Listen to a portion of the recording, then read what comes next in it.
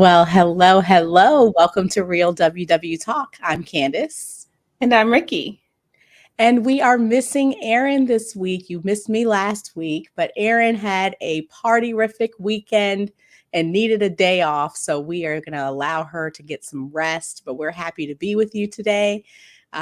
Rikki, good to see you. I am over my cold. Can't wait to be back. Yay. I have been out for the count for about a week. It took longer than I expected to get over that cold, but you all held it down last week. So talked about Yeah. different food dishes and different things to try. I didn't get a chance to watch all of it, but sounds like you all had a good conversation. Yeah, we did. We definitely missed you, but we had a great conversation about just different ideas how to repurpose food, how to the big topic was rotisserie chicken and how we can use both the white meat and the dark meat. I tend to be someone who doesn't love dark meat, but I made this fried rice that was delicious, and we got some great ideas that we shared. Erin tried that pink pineapple last week, so lots of great shares, and it led into the group too. People in our Facebook group had some great conversations following up about that. So yeah, it was a great chat.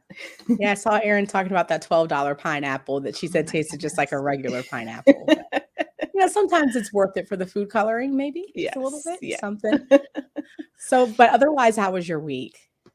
You know what? I'm gonna say it was an okay week. It wasn't reflected on the scale. Scale was up, but the behaviors that I think I had over the course of the week were positive. I had a lot of really healthy meals. I kept up with my vegetables. The biggest thing that got me towards the end of the week was eating out. I did have a couple of instances of eating out, and that were planned with friends, but there was a lot of sodium. And even in the fried rice that I made at home, there was sodium. So I think that kind of got to me. And my exercise, my activity still hasn't gotten up to the level that I want it to be. And I think that's just so helpful too.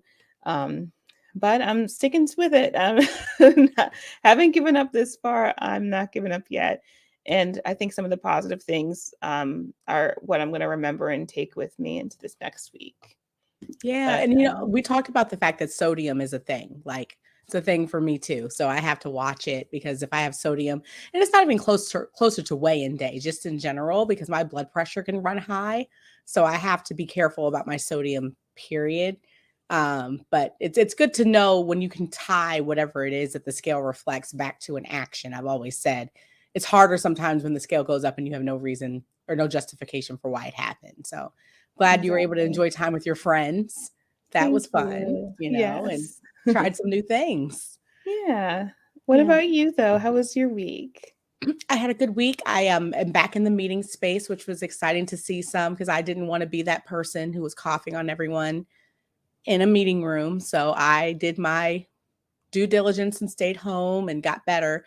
But I was able to go back to the meeting. I lost 3 pounds this week, which was very, very exciting to just continue to go down with the scale. And similar to you on the opposite end, what I think helped me was starting to get back into that exercise. Awesome. That's always been the thing for me. Like when I'm back on track with exercise and movement, the scale reflects it. Not that food isn't important, but Mhm. the scale moves for me when I move my body. Yeah. And that kind of led into kind of what I wanted to discuss with you today because I made a post in the Instagram, excuse me, our Facebook group. And for those who don't know, you can join us on Facebook at Real WW Talk. And we have about 3,000 plus members there now. And I Yes. made a post because I did not want to exercise over the weekend. I just didn't want to do it. I was like, I don't want to. The new what's the thing on Netflix? Bridgerton, I think it Uh, started. And I was like, I want to binge watch the whole season. And I don't want to get off the couch. And I said, but I Mhm. have this bike that's downstairs. What's 30 minutes? Why can't I do this? Why do I have to force myself to exercise? Mhm. And I wanted to bring it because I don't know if we've talked about when you have so many benefits that you feel after you exercise, why is it such a chore Mhm. to get yourself motivated, whether to be on the bike or to walk? Like, why is it that we need all this motivation to do it? I can't make it make sense. I don't know. I think back to all the different meetings that I've gone to over the years, and I feel like people's answer is always a lot not as simple as people make it. It's usually like, well, you once you find something you'll love, you'll just want to do it. And I don't know. I beg to differ with that. I don't know if you agree with that. But, I loved Zumba for the longest time and, I stuck with that, but it wasn't something there were some days I just didn't want to do it and I just would stop doing it. And right now I do love my Peloton. And I don't know if someone would argue that maybe I don't because I don't do it every day. But it's hard. Like, there's some days where I just mentally work up in my head that it's so hard that I don't have to do it, or I just give myself a pass. And then before I know it, 2, 3 days have passed when I really want to be working out like 4 or 5 days a week. So I don't Yeah. know. I think it's the buildup that we have in our mind. I remember when I was in therapy, uh, she always talked about the fact that I can be, I always say I can be a little bit extra. Just a But little. just a little bit. But I've always built up in my head that this is going to be some massive undertaking that's going to require all of this physical energy, and it's going to Mhm, take all of the time that I have in my day, and I just don't have time. I come up with mhm, every excuse. And like you said, not because I don't like the things that I'm doing. I love mhm. when I got on the bike. I've been on the bike for the past 2 days. And I know that that's like a very small streak to some people, but that's like a streak That's for me. good though. It's two. But like when we finish this evening, I'm going to get on the bike again because I want it to be three. Yeah. And it's like, but it's kind of like starting the car. When you Mhm. don't have a streak going or you haven't really been doing it as consistently, the thing in your mind tells you that it's just going to be too much work. Yeah. It's too much. And I have to figure out ways to talk back because, they talk Mhm, about accountability systems. And like I said, I use the group as my accountability. I remember I sent mhm, you and Erin a text and said, I am getting on this bike because I mhm, need somebody to ask me about it. I need mhm. someone to know. Yeah. And putting those things in place initially are the only things that help me get out of the lie that I tell myself that it's going to be Mhm. not worth it. Yeah. Yeah. But you know what? Sometimes is it always a lie? And maybe this goes back to someone maybe telling me like this is not the right workout for you.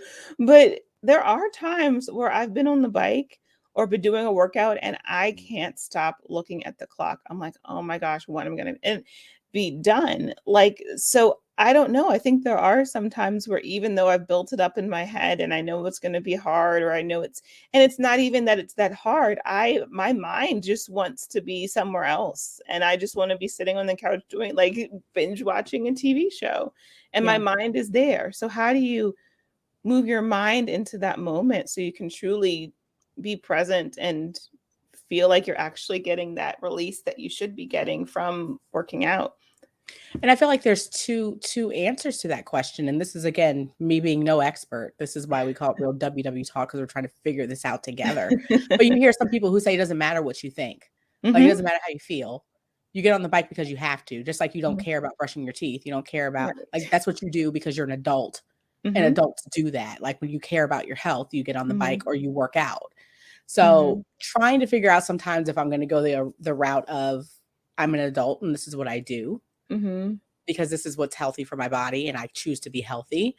Mhm. Or I forgot what the other thing was, but that was the big one. But You but to know? follow up with what you're saying, regardless of how, like, maybe I do feel awful the 20 minutes I'm doing it, not awful, like, hurting or anything, but, like, I just don't wanna be there. I just want it to be over. I'm always happy when it's over. All like, that is constant. So it goes back to your initial question, like, why is it that I can know that something is not only good for me, but I'll feel good after I do it, but I don't wanna start it? And I think the thing that I was gonna say that ties into your question is I can't I feel so much better when I finish my workout. Mhm. And like you said, I might be ready for it to be over, but when it is over and I might be sweating a little bit and I feel Mhm. empowered and I want to tell the world, it's that same feeling when you've lost weight. When Yeah. you have done a good exercise or gotten in a good sweat, you feel like you want to tell everybody that you worked out today. Mhm. And everyone's proud of you and they clap for you. Mhm. And you're like, yeah, it was just a little thing I did. And you want to post your stats and you want to post yourself on Instagram on the bike. I think it's holding on to that feeling and Mhm. trying to figure out a way to remind myself of that feeling more often Yeah. Because when you start off, that feeling feels so far away. Even though it's only 30 minutes, it's like the Mhm. 30 minutes that go by the slowest. I don't care if Mhm. you're doing a fun instructor, Yeah. or for me, even going out for a walk outside. The hardest thing is for me to put on my shoes, Mhm. open the garage or open the front door and Mhm. go. But once I start walking, Mhm. I'm on autopilot. Do you also find that you feel like once you've put in a week or 2 weeks and you don't see that immediate result, that you also have that level of, like, doubt or that level of fear or level of, like, I don't know, criticism of, like, "Well, when am I gonna see I'm working so hard. I don't see the effects. I don't see, my change yet." How does that play into it too? I think it depends on what I'm measuring, because that's such a good point. I Mhm. think you and I were laughing about the Tune Days arm challenge that's in for those who have a Peloton or in some of the Peloton groups. Tune Day is an instructor who's doing this. Mhm. I don't know if she did it. It's a Mhm. challenge that was created from all of her videos where she helps you strengthen your arms and do arm, Mhm. and you're supposed to see this big transformation Yeah. in your With arms light over weights. with very light weights and only 10 Mhm. minutes a day, something really small. And some people have very, very big transformations and some it's Mhm. minimal. Yeah. But I wonder, for those who maybe saw minimal feedback in terms of like a change in their body, because maybe their structure or anatomy didn't allow for them to see like the huge transformation, was it Mhm. just the consistency that they were monitoring? It's kind of like, what is the thing that motivates you? Mhm. Obviously, you want to see the physical change, but sometimes you just feel stronger. Mhm. And for me with exercise, I really wasn't always tying exercise to weight loss. That wasn't Mhm. always my goal. It was, for me, stamina. My stamina can be off if Yeah. I don't consistently exercise, and I feel it going up and down stairs, Yeah. going out for walks, huffing and puffing. I don't like that feeling. Yeah. So when I exercise and I get into consistent exercise, I breathe better, I sleep better at night. So Yeah. I think trying to change the thing that I'm looking to get from the movement so that it can be something that I can be proud of, because the arm challenge, that might take 13 weeks for you to actually see the result, or 10 weeks, Yeah. as opposed to 2, 3 weeks, or that it might take for you to have your stamina increase. Exactly. I was trying to find it in the group and I couldn't find it. I agree with everything you're saying. Like talking about measuring how we measure that progress. There was someone in the group. I wish I found her name. So add your name to the chat if you're listening. Um, but she mentioned how she couldn't do a sit up before, and I forgot how long it was. I think it was after 2 weeks or something like that. Now she's able to do a sit up with a weight in her hand.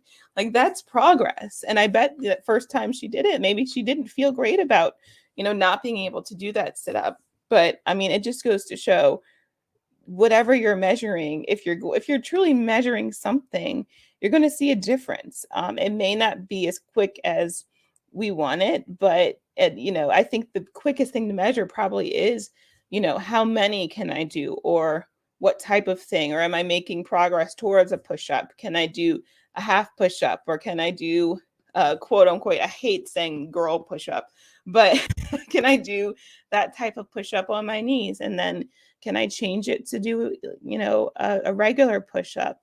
Like those types of things matter. And I Well, think we need to be tracking it.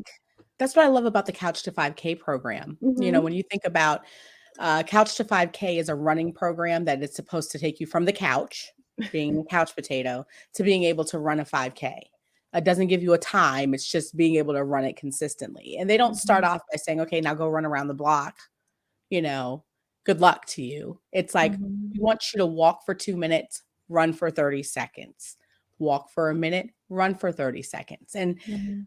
being able to be proud of the fact that I can run for 30 seconds, first might seem small, but Mhm. just from where I'm started, that's like a big thing for me to be able to Yeah. say that. So I was Yeah. thinking about starting that up again, because I think sometimes our goals are so lofty, right? Mhm. The world and a lot of the training programs that you see, we follow certain fitness instructors and you see them doing things that, like, you're like, there's no way that my body will ever do that. Mm. I see it in some of the classes on the Peloton. I'm like, well, that's very nice that they're yoga classes. I mean, they're Oh my holding goodness. poses that yoga is hard. Can I just Mhm. put that out there? Like Yes. flexibility is not easy, especially if Mhm. you're not flexible. And I don't care how they say how it's supposed to be this very relaxing experience, but I know I'm going off topic, but I don't know if I just wanted to make sure I'm not alone in the fact that yoga can be very depressing if you're not good at it. Yoga frustrates me. I'm with you. Because I did set a goal. I won't say that I set a goal because it wasn't something I wrote down. It wasn't something I committed to myself. I just said I want to try this. And even I found the beginner Peloton yoga classes were challenging for me, meaning too, like if you're thinking about downward dog where you're on your hands and your feet, if you have more weight in your body than someone else, bearing weight just on your arms and your feet can be really hard. And I just know some of that is like maybe I needed to lean back a little bit more and should have had more weight in my heels. But even just holding my own body weight up on my hands was challenging. And I, felt defeated before I even began because I wasn't able to do the simple quote unquote beginner move that the yoga instructor had. And even stretching. Do you find that with stretching? There's Mhm. some stretches I can't do. Yeah. So I know that I'll see them doing like lift your leg up behind and then put this leg here. And it's like that. I can't do that. I'm gonna do something else. I was always the person who used because I used to go to the gym before the pandemic. I had a gym Mhm, membership and I would do step aerobics. That was my favorite class. And she'd mhm, always say, when you finish with step, I mean, I'd go hardcore for the 40, 55 minutes of the class. The last 5 minutes are stretching. That's where I felt less confident in my skills. mhm. I just kind of ease out of class, grab my keys, and she's like, "Well, stretching is very important." She's trying to not single me out, but I'm the only Uh-huh. one trying to walk out, but I don't feel confident. Even Mm. lunging, those lunge stretches and you put your Yeah. hand up. I'm the person who wants to be in the back of the room because I don't feel Mhm, confident, but I know that it's important. And when I mhm, had that calf injury, that was a mhm. reminder to me of how important stretching is. Yeah. Because as you get older, the way that your muscles and the way that you're able to stretch them out, but Mhm, it's hard to when you don't feel confident in doing the movement or you feel like you're the only one who can't do mhm, something as basic as like stretching your leg out, mhm. it can be embarrassing, but I know that it's important to even take that slowly. They Yeah. have blocks that you can use. They have different things that are Yes. supposed to help you if you're challenged because of your size to be able to hold the Mhm. stretch because it's about doing it properly. That's what I've always been Yes. told. I Yeah. will I completely agree with that. I will say I have trouble with the pacing, but I do really like restorative yoga because of that reason. They have like everything's with props. So between the blocks that you use, a strap, a blanket, a pillow, all those things. I don't know if you ever tried it, but the pacing is definitely slower and you're in the moves for longer. So it's not something you necessarily would do to build up, like to do cardio or toning or anything. But I think as far as knowing how to stretch your body, I think it does really help with that at least. And another thing I think of too is, we talk about this as far as difficulty being overweight, but I think it's important to remember people who are fit can have issues with their muscles if they don't stretch. Especially I hear a lot of people, especially in the different Peloton groups, talking about having issues with hip and um like I don't know the exact hamstring like flexibility because if you're on the bike and that's all you do, you can have just really tighten up certain muscles and have issues with mobility and flexibility in those areas. So I think it's important for everyone. And I think whenever you've had a loss and it's something else that I was going to find, I should have become more prepared for this conversation by going back to some of the posts in our group because somebody posted about the fact that with flexibility and stretching and just working out in general, it can reverse certain medical conditions that people have that are related to, the things that we're not doing. You're talking about your hips. As you get older, things happen. And I think the only thing that has been motivating for me is the fear of the loss of my mobility. And like I told you, I keep talking about this calf injury. You would have thought that I broke my calf and like it's something, but it really made me think about why I take for granted that I do have those normal feelings in my arms and legs, and I do have Mhm. the ability right now to get on the bike and to move normally. That's why I posted when I posted that um, statement over the weekend. I said, "I'm blessed to be able to move.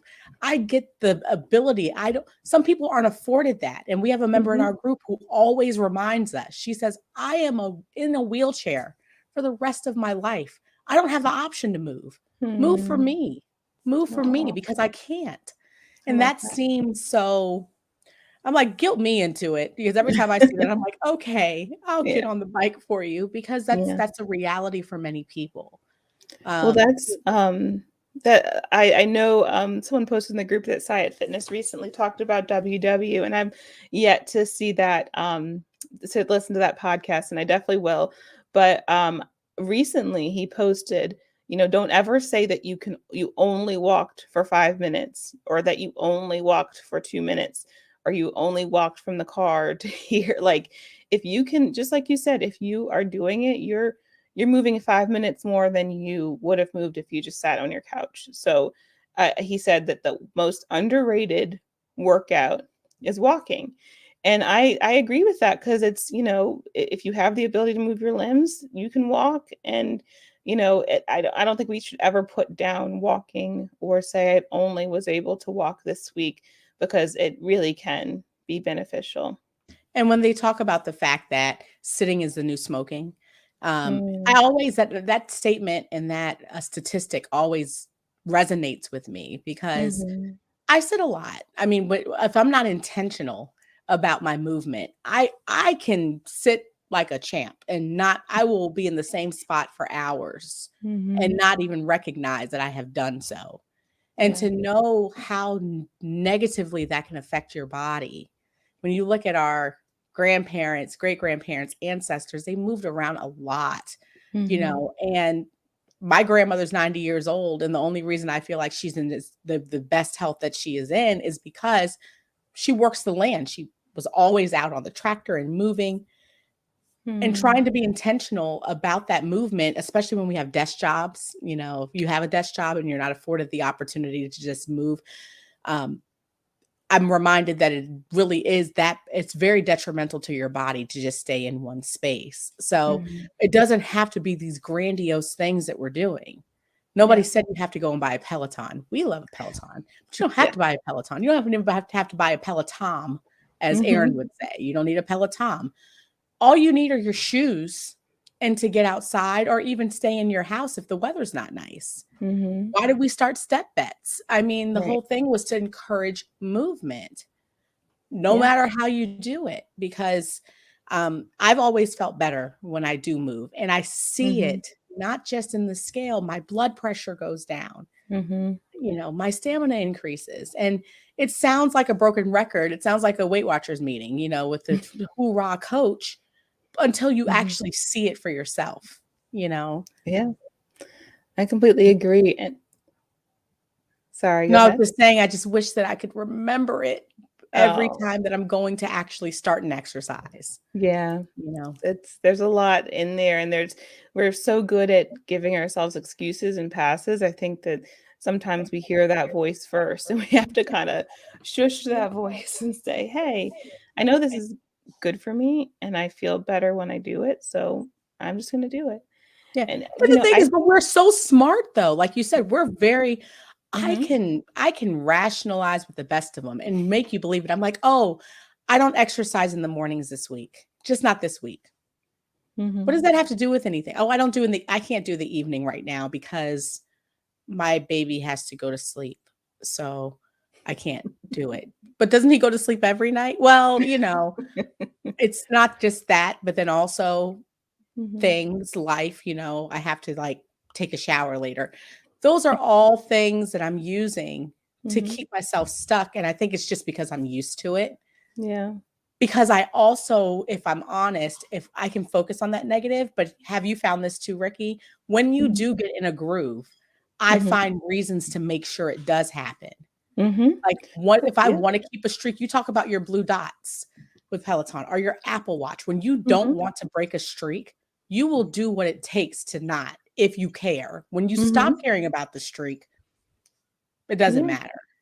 I think about that too, because I mean, I think in the example you gave, we advocate for ourselves when we wanted to have something. So it might be, oh, I know I have this 4 o'clock meeting, but I'm going to say, hey, can we push it back to 4:15 because I'm walking with a friend? Or, you ask David to like watch Isaiah when he gets home. You advocate for yourself. And I don't want to sound entitled because I know there's single parents out there. I know there's people who have multiple jobs or, so I'm not trying to say that in a belittling way or like, oh, it's so easy. But if you have the resources and can advocate for yourself, I think that's the best thing you can do to help yourself go forward. And And you find that people want to help you. Like, mhm. my husband has never said no. No, I will not help you. I will not watch him while you get on the bike. Absolutely not. Right. It's never been a statement. Mm, But I think that we have to also understand that there is a bit of discipline that is required yeah. when you don't feel the things that you need to feel to get it done, because feelings really don't matter Mhm. as much as the result, because I'm sure it was Sayat. I'm just trying to give somebody else credit. And maybe the person and somebody said Uh-huh. that if you act first, what is it? No, the Feet leader. feet first and your head will follow. Yeah. And that's really the truth. We say it all the time, but I think the action of that, and Mhm. talking back to that person that's telling the lie and saying, "Well, that's a lie. Mhm. It's a lie that I can't do it right now. Why don't I just go ahead Mhm. and do it and see what happens?" Yeah. Do you Yeah. find that even I'm thinking as we're talking about modern conveniences and how, it's so amazing that you can just drive up to Target, pick like press a couple buttons on your phone. Somebody just press the button on your car and the thing goes up and someone So puts it in your genius. car. You drive away like door to door service because you just have to go back to your house door and walk all the things in. But I sometimes that's a great time saver and there are like it is a necessity for it. And also personally, I don't love crowds. So I always tell myself there's a crowd in the store when there's like it's like 4 o'clock on a Tuesday. Nobody's in the store like that. But these are the things I tell myself to make to take advantage of those modern conveniences where, I used to get a couple thousand steps going through the grocery store. And now I just pick my groceries up and I don't get the steps. And there's benefits to that because I'm not seeing the little end caps or tempted by the candy aisle or the cake, but I'm also not stepping. So what's better? Ricky, we don't even have to step to get our fast food anymore. We can just No. I mean, we can just call a number and say, "Bring my McDonald's to my Mhm. door." Mhm. We had to do that for, like, restaurants before, but this is, Right. like, fast food. Mhm. We don't even have to get up for fast food, like, there's no Yeah. hope now, like, it really has to be some intentionality behind our actions Mhm. because we don't like the after result, and I just think the time is continuing to go on, and just Mhm. like we take care of our cars, and Mhm. we make sure that we get our oils changed, and we do all this stuff, we know that maintenance is important for the Mhm. different things that we use, but we don't think about that for our body. And Mm. what we're doing everybody, every single day, we're getting older and older. Mhm. And the things that we can do and are blessed to be able to do, we are fighting like heck Mm. not to do. It's very Yeah. nonsensical. It's just having to be able to say, "This doesn't make sense. I Mhm. need to take the time, and I do enjoy it. And even if I don't enjoy it, it's 30 minutes or it's 45 minutes." Yeah. Okay, you have the rest of the day to sit on the couch. You can sit on the couch every other hour of the day. But for Mhm. these 45 minutes, we're gonna work out and we're gonna give our all, Yeah. you know? And it's interesting because we live in such a self-serving culture, especially here in America. So it's like, well, why am I so focused on me, me? I need to build up my money, or I need to have the perfect home, I need to have this. And some Americans or some people around the world are very convinced or, really focused on their outer appearance.